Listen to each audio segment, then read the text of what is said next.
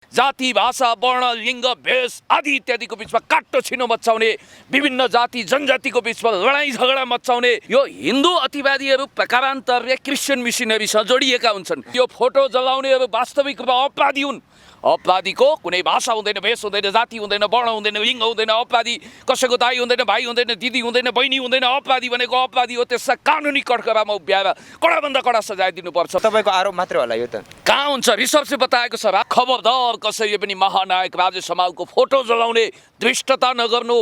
उहाँको पुतला जलाए पनि उहाँको भुतला पनि हल्लिँदैन। कहिले अजित मिजारले मृत्युवरण गर्नुपर्छ, नवराज विक जस्ता होनहार सपुतहरूलाई कुटी कुटी हत्या गरिन्छ।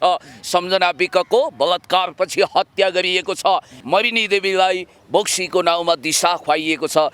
यो समता फाउन्डेसन भन्ने संस्था यो एउटा धन्दा सेट हो। यसले क्रिस्चियन मिसनरी अन्तर्गत जसरी वर्ल्ड भिजन इन्टरनेसनलले वितण्डा गरेको थियो, भूकम्पताका सबैभन्दा बढी बाइबल बाँड्ने धर्मान्तरण गर्ने संस्था भनेर यसको एउटा इतिहासको ट्र्याक रेकर्ड एन्ड हिस्ट्री बनेको छ। महानायक राजेश हमालज्यूले कार्यक्रम गरिरहँदा कसैको टाउको किन टन्टनी दुख्यो? हामीले जातीय समस्या रूपी पिल्लो फुटाएकै हौँ, त्यो देखिएकै हो। हामीले पिल्लो लुकाएनौँ। अहिलेसम्म 4 वर्षसम्म टिचिङमा त्यो सब उठ्न सकेको छैन। महानायक राजेश हमालज्यूको फोटो जलाउने ती वास्तवमा तिनीहरू एक हिसाबले भन्नुपर्दा नेपाली समाजमा भाँड भैलो मचाउन चाहने, द्वन्द्वको फ्याक्ट्री लगाउन चाहने, नेपाललाई हिंसाको परेड ग्राउन्ड बनाउन चाहने कुतत्त्वहरू हुन्, समाज भणुवाहरू हुन्। ठुलो कासको छोरीसँग प्रेम गरेकै कारणले गर्दाखेरि उहाँले मृत्युवरण गर्नु पर्यो। पुण्य गौतमले कहिले पनि मोही माग्ने ढुङ्ग्रो लुकाउने काम गरेको छैन। हुँदै आएको चाहिँ यही नै छ। थियो, पहिला थियो, अहिले त्यो छैन। राजेश हमालज्यूको फोटो जलाउनेहरू चाहिँ क्रिस्चियनको डलर खाने अनि हिन्दू अतिवादीहरू सबै भन्दैन। उहाँको मुख त बाघको मुख, खाए पनि रातै नखाए पनि रातै। यो जुन हिन्दू अतिवादीहरू छन् यिनीहरू र यो जातीय अतिवादीहरूको माइबाप एउटै हो क्या। त्यो भनेको इन्डो वेस्ट, जसले नेपालमा लोकतान्त्रिक गणतन्त्र विरुद्ध खेलोमेलो गर्न चाहन्छ। नमस्कार, म अन्जु पन्त। यहाँहरू अहिले हेर्दै हुनुहुन्छ महाकुलुङ टेलिभिजन। यस च्यानललाई like, comment, subscribe and share गर्न नभुल्नुहोला। Thank you very much.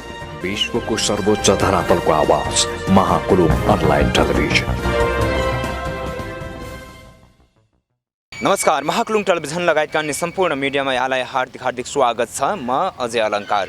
दर्शक महानुभावहरू, पछिल्लो समय विशेष गरेर महानायक राजेश हमालज्यू विवादमा तानिरहेको छ र विशेष गरेर समता फाउन्डेसनले प्रायोजन गरेको एउटा जातको प्रश्न नामक कार्यक्रम चलाइसके पछाडि जुन कार्यक्रमलाई लिएर उहाँको फोटो समेत जलाइएको छ र उहाँको फोटोलाई कुल्च्याइएको छ, टेकाइएको छ, यस्ता खालका अमानवीय व्यवहारहरू पनि देखिरहेका छन् समाजमा। यसकै विषयमा हामी समीक्षा गर्न लागिरहेका छौँ। हामीसँग संवाद गर्नको लागि पुण्य गौतम सर हुनुहुन्छ। म सरलाई हार्दिकतापूर्वक स्वागत गर्न चाहन्छु। स्वागत छ सर। धेरै धेरै धन्यवाद अजयजी। तपाईँ र तपाईँ लगायतका समस्त मिडियाकर्मी साथीहरूलाई म बडा दसैँ, तिहार, छठ लगायत महान चाडबाडहरू जो हाम्रो घर दैलो सङ्घारमा आइपुगेको छ त्यसको उपलक्ष्यमा धेरै धेरै शुभकामना दिन चाहन्छु। पक्कै पनि यहाँलाई पनि शुभकामना हामी दिन चाहन्छौँ यस कार्यक्रम मार्फत। र विशेष गरेर जुन विषयवस्तु मैले उठाएँ होइन, यो विषयवस्तु पक्कै पनि तपाईँ अपडेट हुनुहुन्छ? एकदम एकदम। तपाईँले सोह्रै आना ठिक भन्नुभयो अजयजी। महानायक राजेश हमालज्यूको फोटो जलाउने ती वास्तवमा तिनीहरू एक हिसाबले भन्नुपर्दा नेपाली समाजमा भाँड भैलो मचाउन चाहने, द्वन्द्वको फ्याक्ट्री लगाउन चाहने, नेपाललाई हिंसाको परेड ग्राउन्ड बनाउन चाहने कुतत्त्वहरू हुन्, समाज भणुवाहरू हुन्, ती अतिवादीहरू हुन्, चाहे जुनसुकै कित्ताका हुन्, तिनीहरूले गलत गरिरहेका छन्। खबरदार कसैले पनि महानायक राजेश हमालको फोटो जलाउने धृष्टता नगर्नु। उहाँको पुतला जलाए पनि उहाँको भुतला पनि हल्लिँदैन। म यो कुरा ग्यारेन्टीका साथ भन्न चाहन्छु। महानायक राजेश हमाल भुवनकेशी शिवश्रेष्ठ भनेको नेपाली सिनेमा इन्डस्ट्रिजको त्रिमूर्ति ब्रह्मा विष्णु महेश्वर जस्तो मैले प्रतीकात्मक रूपमा भने। त्यस कारणले गर्दाखेरि महानायक राजेश हमालज्यूले कार्यक्रम गरिरहँदा कसैको टाउको किन टन्टनी दुख्यो? कोरोनाको रोगीभन्दा पनि व्यापक प्रभाव ममा पर्यो भनेर कसैले किन हिंताबोध गर्यो मलाई थाहा छैन।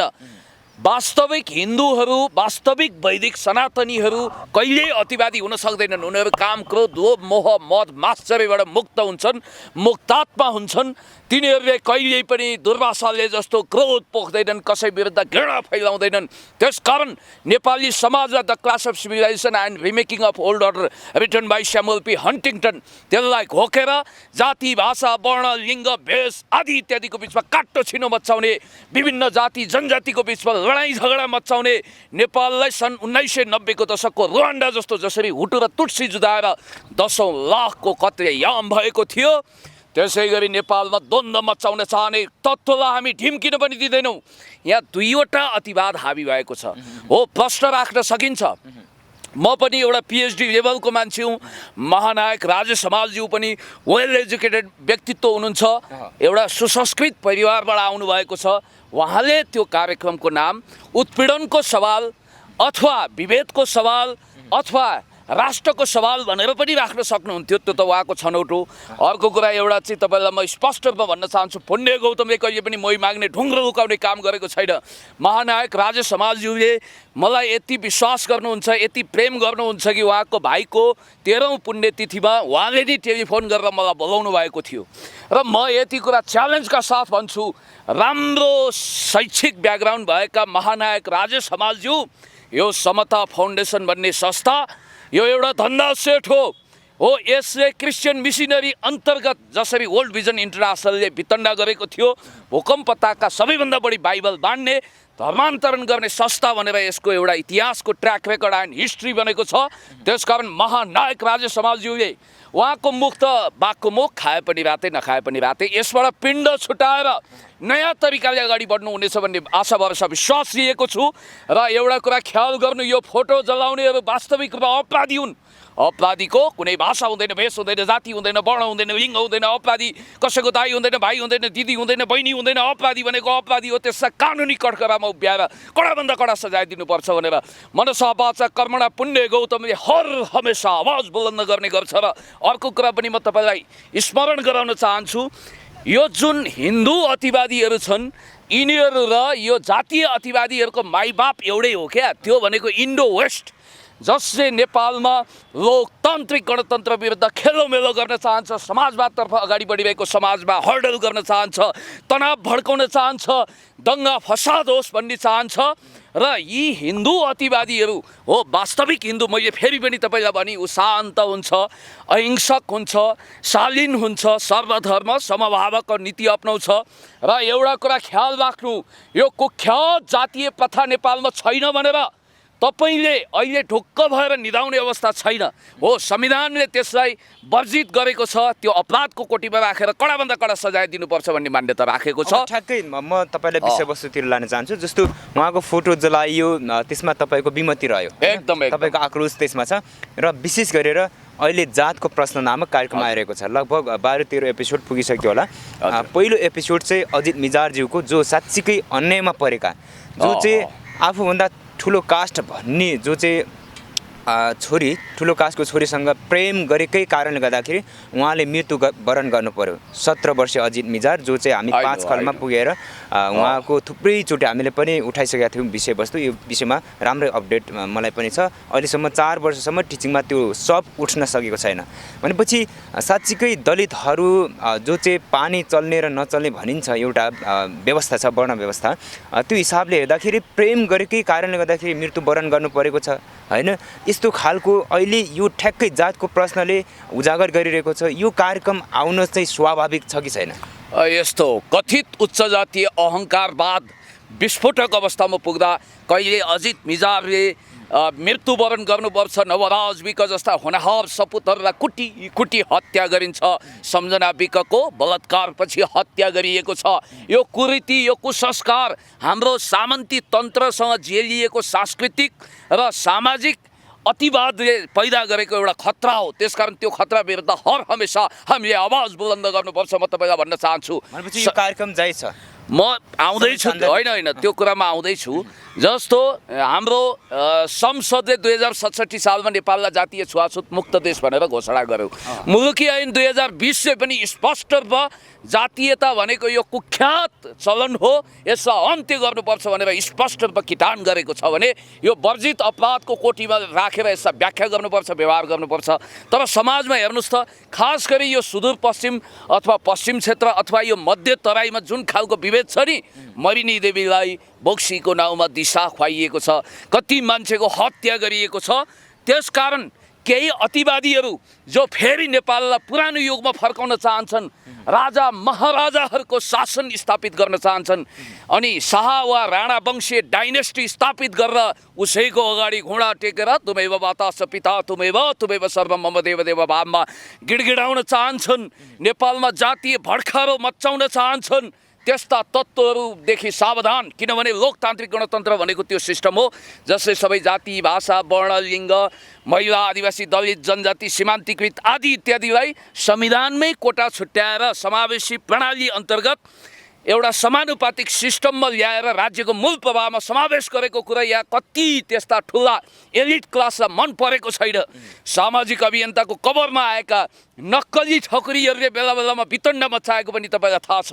त्यसकारण हामी त्यतातिर समाजलाई जान दिँदैनौँ, भाँडभैलो मचाउन दिँदैनौँ र धर्ममा राजनीतिको ढल मिसाउनेहरूदेखि पनि होसियार हुनुपर्छ। जहाँसम्म मलाई लाग्छ हिजो राजा महाराजाको शासनकालमा, हिजोको शाही शासनकालमा अथवा मल्टिपार्टी डेमोक्रेटिक सिस्टममा अब यो जातीय समस्याको पिलो छ नि, सुरुवाल वा पाइन्टभित्र छोपिएको थियो। पिलो फुटाउँदै नफुटाउने, पिलो पन्पिँदै जाँदाखेरि भोलि क्यान्सर हुनसक्छ, सैन पल्टिन सक्छ, त्यसै शरीर पनि समाप्त गर्न सक्छ भन्ने कुरा हामीलाई थाहा थियो। र त्यो पिलो फुटाउँदा अलिकति झिङ्गा भन्क्यो, फोहोर देखियो, तर शरीर त सन्चो हुन्छ नि त। हामीले जातीय समस्या रूपी पिलो फुटाएकै हौँ, त्यो देखिएकै हो। हामीले पिलो लुकाएनौँ। देशलाई फेल्ड स्टेट बनाउन चाहने कुतत्त्वहरूलाई हामी ढिम्किन पनि दिँदैनौँ भनेर हामीले प्रतिबद्धता व्यक्त गरिरहेका छौँ। त्यस कारणले गर्दाखेरि समस्या छैन भन्नु भनेको चाहिँ हत्केलालाई सूर्यले ढाक्न खोज्नु जस्तै हो। डेफिनेटली सामाजिक र सांस्कृतिक रूपमा यो विभेदको जरा छ। तपाईँले यहाँ मात्रै हो र, तपाईँले कलर डिस्क्रिमिनेसन त अमेरिकामा पनि देख्नुभयो नि। आई हेभ अ ड्रिम भन्ने मार्टिन लुथर किङलाई गोराहरूले कसरी गोली हानेर हत्या गरेका थिए। अनि अस्ति भर्खर व्हाइट हाउस हेर्न ट्रम्पलाई आतङ्कित बनाउन त्यहाँ मान्छेहरू, जनताहरू, काला जातिका गएका थिए। त्यति मात्रै हो र। अर्को कुरा तपाईँले ख्याल गर्नुहोस्, नेल्सन मण्डेला जसको उदार हृदय थियो, उनको एउटा मान्यता थियो फर्गिभ बट नट फर्गेट।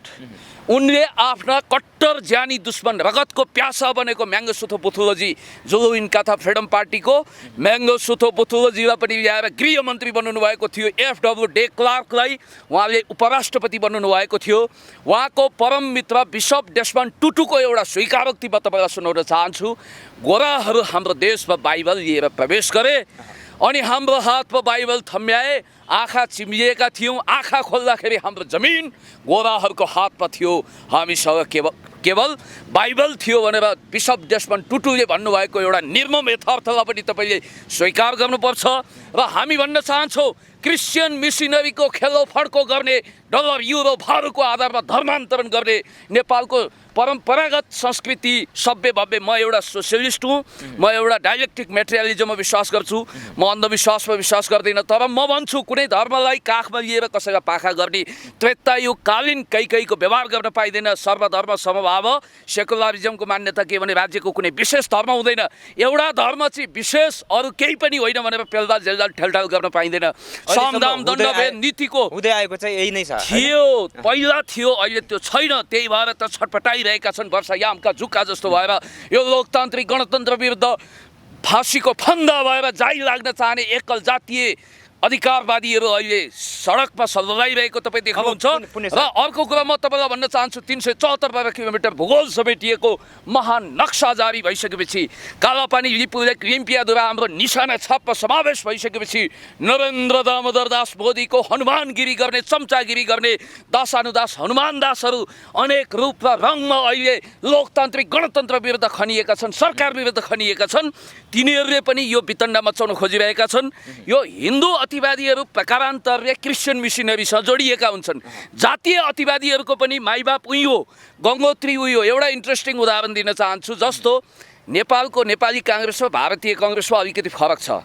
यो नेहरू कालदेखि इन्दिरा गान्धी कालसम्म उनीहरू चाहिँ तत्कालीन सोभियत सङ्घ, अहिले रुसी राष्ट्रपति भ्लादिमिर पुटिनले नेतृत्व गरेको रुससँग उनीहरूको गला मिलेको थियो। त्यो विरुद्ध आरएसएस भन्ने एउटा अतिवादी हिन्दू सङ्गठन त्यहाँ जन्माइयो। त्यो मूलतः क्रिस्चियन मिसनरीको फन्डमा चल्छ।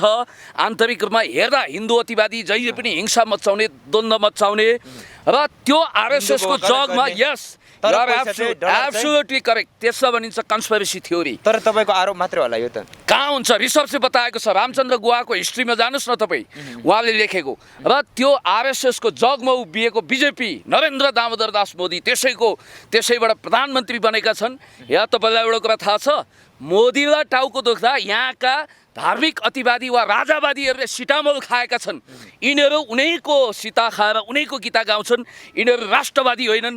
मोदीले जनताको बिचमा जाने चुनिने कुनै क्षमता छैन। वडा सदस्यमा जमानत जफत भएका यस्ता तत्त्वहरू लोकतान्त्रिक गणतन्त्र विरुद्ध मोदीले फ्याँकेको हड्डीको टुक्रा खाएर गणतन्त्र विरुद्ध झुसिलो ढकार्नेहरू पनि अहिले राजे समाजज्यूलाई समाप्त पार्छु भनेर क्रिया कसम खाएर विश्व प्रतिज्ञा गरेर अगाडि आइरहेका छन्। खबरदार, म भन्न चाहन्छु, जातीय समस्यालाई वर्गीय हिसाबले हल गर्नुपर्छ।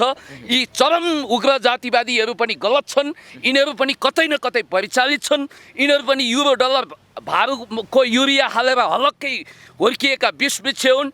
हिन्दू अतिवादी अथवा कुनै पनि धार्मिक अतिवादीहरू पनि त्यस्तै हुन्। वास्तविक हिन्दू वा वास्तविक र जातीय समस्यालाई वर्गीय छातामुनि हल गर्नेहरू शान्त छन्, शालीन छन्, सभ्य छन्, भव्य छन्, देशभक्त छन् र उनीहरूले महानायक राजे समालज्यूको आदर कदर गर्छन्। मलाई आशा भरोसा विश्वास छ उहाँको राजे समालज्यूको फोटो जलाउनेहरू चाहिँ क्रिस्चियनको डलर खाने अनि हिन्दू अतिवादीहरू सबै भन्दिनँ, कोही घिउ लाटा इनोसेन्ट मान्छे पनि आयोलान्। तर तपाईँको भनाइले त यही पुष्टि भयो होइन। अब भिडमा आउने, जुलुस लगाउने, जिन्दाबाद मुर्दाबाद भन्ने धेरै मान्छेले राजनीतिक बुझेका हुँदैनन्। तर त्यसका दाइ नाइके भाइ नाइके त्यस्तै हुन्। र अर्को कुरा म तपाईँलाई भन्न चाहन्छु, र यो मेसोमा महानायक राजे समालको कसैले पनि अपमान नगर्नु। बाघको मुख खाए पनि रातै, नखाए पनि रातै। महानायक राजे समालज्यूले यो टेलिभिजन प्रोग्राम गरे पनि महानायक, नगरे पनि महानायक, कोही बात छैन। मलाई आशा भरोसा विश्वास छ समता फाउन्डेसन जस्तो विवादास्पद संस्थासँग उहाँले पिण्ड छुटाउनु हुनेछ। उहाँ स्वतन्त्र तरिकाले अगाडि बढ्नु हुनेछ। देशको पक्षमा, जनताको पक्षमा, विकासको पक्षमा, समृद्धिको पक्षमा, अन्याय विरुद्ध, अत्याचार विरुद्ध, भ्रष्टाचार विरुद्ध, विकृति विसङ्गति विरुद्ध हर हमेसा अगाडि बढ्ने हाम्रो प्रतिबद्धता छ। म महानायक राजे समालज्यूलाई छिट्टै भेटेर यो विषयमा पनि कुराकानी गर्नेछु। तर अहिले प्रेस स्वतन्त्रता छ। विशेष गरी उहाँले जातको प्रश्नको कार्यक्रम उहाँले चलाएको हेर्दाखेरि सन्देशमूलक छ। यो त राज्यले नै गर्नुपर्ने हामीलाई आभास भएको छ, होइन? तपाईँलाई पनि पक्कै पनि त्यो महसुस हुनसक्छ।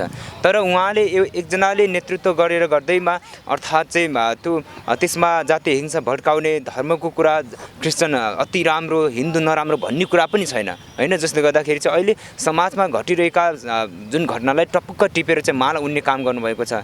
जसले गर्दाखेरि उहाँको फोटो नै जलाउनु पर्ने स्थितिमा पुग्नुपर्ने अवस्था त होइन। ल तपाईँको विमति हुन सक्छन्। त्यसमा आएका गेस्टहरू र तिनका अभिव्यक्तिहरूको विषयलाई लिएर तपाईँले नरम स्वरमा एकदम शालीन ढङ्गले प्रश्न राख्न सक्नुहुन्छ। कार्यक्रमको टाइटल जातको प्रश्नभन्दा उत्पीडनको प्रश्न अथवा विभेदको सवाल राखेको भए के हुन्थ्यो महानायक राजे समालज्यू भन्न सकिन्छ। समता फाउन्डेसन जस्तो यस इन्टेलेक्चुअल डिस्कोर्स गर्न सकिन्छ, एकाडेमिक डिस्कोर्स गर्न सकिन्छ। र बौद्धिक हिसाबले तपाईँ जतिको इन्टेलिजेन्ट मान्छेले समता फाउन्डेसनसँग पिण्ड छुटाए राम्रो हो कि भनेर भन्न सकिन्छ, सुझाव दिन सकिन्छ। उहाँ एउटा सुसभ्य सुसंस्कृत व्यक्ति हुनुहुन्छ, वेल एजुकेटेड हुनुहुन्छ। पुण्यसरले अघिदेखि समता फाउन्डेसनलाई चाहिँ डलरको रूपमा क्रिस्चियनको चाहिँ एउटा चाहिँ डलर बाँड्ने अर्थात् बाइबल बाँड्नेको रूपमा चाहिँ भनिराख्नु भएको छ। तपाईँसँग कुनै यथेष्ट प्रमाणहरू? I have lots of evidence. म प्रुफ गर्न सक्छु। मैले सबै ट्र्याक रेकर्ड एन्ड हिस्ट्री बुझेको छु। यस विषयमा म तपाईँसँग छुट्टै कुराकानी गर्छु। अहिले जोगीको अखडामा बसेर कहिले नटुङ्गने गरी वेदान्ती बहस पनि गर्नु हुँदैन। मैले यो विषयमा तपाईँसँग स्पष्ट रूपमा कुराकानी गर्नेछु। धर्मनिरपेक्ष देश लागू भइसके पछाडि त तपाईँको धर्मको तर पनि युरो डलर भारूको आधारमा धर्म किनकान गर्नु भएन। प्रचार प्रसार गर्न पाइयो, हैन? बुद्धिस्टको पनि पाइयो भन्दैमा परम्परागत संस्कृति मूल्य मान्यताको पुलहरू भत्काएर सबैलाई लफडाबाजी गर्ने कुरा त भएन नि त। त्यस्तो त्यसकारण भत्किएको त हामी देख्दैनौँ पुण्य सर। छ एकदम हाम्रो सांस्कृतिक धरोहर भत्काउन खोजिएको छ। यद्यपि म एउटा सेकुलरिजममा विश्वास गर्ने सोसियलिस्ट हुँ। र अर्को कुरा अन्त्यमा म तपाईँलाई के भन्न चाहन्छु भने यो विषय यहाँ थाती राखेर अलिकति हिन्दू नै राम्रो किरात भन्दा म कसैलाई काखा पाखा गर्दिनँ। म सोसियलिस्ट मान्छे हुँ होइन। एउटा कुरा के भने हरेक देशको आफ्नो फाउन्डेसन हुन्छ, आफ्नो इतिहास हुन्छ, त्यसप्रति गौरव गर्नुपर्छ। इतिहासको मिसइन्टरप्रिटेसन गर्नु हुँदैन। हाम्रो परम्परागत मूल्य मान्यताका राम्रा कुराहरूलाई कन्टिन्युटी दिनुपर्छ। र अर्को कुरा मलाई आपत्तिजनक के लागेको भने फोटो जलाउन पाइँदैन, महानायक राजेश हमालज्यूको सम्मान गरौँ भन्दै यो अहिले संसदले जो भत्ता दिने कुरा गरिरहेको छ, खबरदार भत्ता त त्यसलाई दिनुहोस् जो उत्पीडित कर्मचारी छ, उत्पीडित समुदाय छ, त्यसलाई भत्ता दिने कुरा सोचौँ। तर यो सांसदहरूले एउटा आदर्श अपनाउनु पर्ने बेलामा दसैँ भत्ता लिने यो कुरा हुनै सक्दैन। यो गैर कानुनी, गैर सामाजिक, अनैतिक छ। यो कुरा स्पष्ट रूपमा राखिसकेपछि म के भन्छु भने यो PCR टेस्ट गर्ने, कोरोना टेस्ट गर्ने कुरामा चाहिँ मलाई सरकारको एउटा निर्णय बहुत राम्रो लाग्यो। त्यो के भने अरबपति विनोद चौधरीलाई पनि निःशुल्क, गरिबलाई पनि निःशुल्क भन्ने हुँदैन। अब यो सकारात्मक विभेद हुन्छ। अरबपतिहरूले शुल्क तिर्नुपर्छ, एउटा दायित्व हो कि राज्य पूर्णतया समाजवादी हुनु पर्यो, सम्पत्तिको सिलिङ तोकिनु पर्यो। नत्र यो अर्थतन्त्रमा चाहिँ गरिबहरूको लागि, निमुखाको लागि PCR निःशुल्क, तर धनीहरूले चाहिँ शुल्क तिर्ने कुरा चाहिँ सकारात्मक हो। हस्, यहाँको महत्त्वपूर्ण समय र संवादको लागि विशेष धन्यवाद। Thank you so much. Wish you all the best. तपाईँलाई पनि ह्याप्पी दसैँ भन्न चाहन्छु। तपाईँले सोचेका, गर्न लागेका, अधुरा छोडिएका कामहरू छिटोभन्दा छिटो पुरा होस्, म यही भन्न चाहन्छु। हस् त, सुन्नेलाई सुनको माला, भन्नेलाई फुलको माला। यो भिडियो युट्युबमा सर्च गर्न साथ आइजाला, ट्रेन्डिङमा पनि छाइजाला। हस् त, नमस्कार। हजुर प्रिय दर्शक महानुभावहरू, यहाँको बिचमा विशेष गरेर हाम्रो पुण्य गौतम सरसँग हामीले संवाद गऱ्यौँ र पछिल्लो समय अत्यन्तै समसामयिक विषयवस्तु बनेको छ र विशेष गरेर महानायक राजेश हमालज्यू विवादित अवस्थामा पनि हुनुहुन्छ र उहाँको फोटो नै जलाइएको छ। यो अलिकति हामीलाई चाहिँ अमानवीय कार्य भएको हो कि भन्ने भित्रैदेखि महसुस भइरहेको छ। कोही कसैले एकले अर्काको अपमान गर्न पनि एक किसिमको तरिका हुन्छ, बौद्धिक रूपमा बहस हुन्छ। हाम्रो पुण्य सरले भने जस्तै सल्लाह सुझावका कुराहरू हुन सक्छन्। सार्वजनिक ठाउँमै ल्याएर चाहिँ उहाँको फोटोलाई किल्च्याइएको छ, थुकिएको छ, उहाँको चाहिँ फोटोहरू जलाइएको छ। यस्ता खालका चाहिँ अमानवीय व्यवहारहरू कोही कसैबाट चाहिँ नहोस्। र अहिले जुन चाहिँ 21औं शताब्दीमा आइसके पछाडि एउटा चाहिँ प्रेस स्वतन्त्रताको कुरा पनि हुन्छ, जसले जे बोले पनि विशेष गरेर सकारात्मक सन्देश बोल्दछ भने त्यसलाई हामीले सेल्युट गर्न जरुरी छ। र यही अनुरोध गर्दछौँ सबैलाई। र अर्को एपिसोडका साथ फेरि आउने बाचा गर्दै आजको प्रस्तुतिबाट म तपाईँको हरपलको सहयात्री अजय अलङ्कार क्यामेरा पर्सन हाम्रो यदीप कुलुङसँग बिदा हुन चाहन्छौँ। यहाँहरूको बाँकी पल शुभ बितोस्, सदैव खुसी रहनुहोस्। नमस्कार।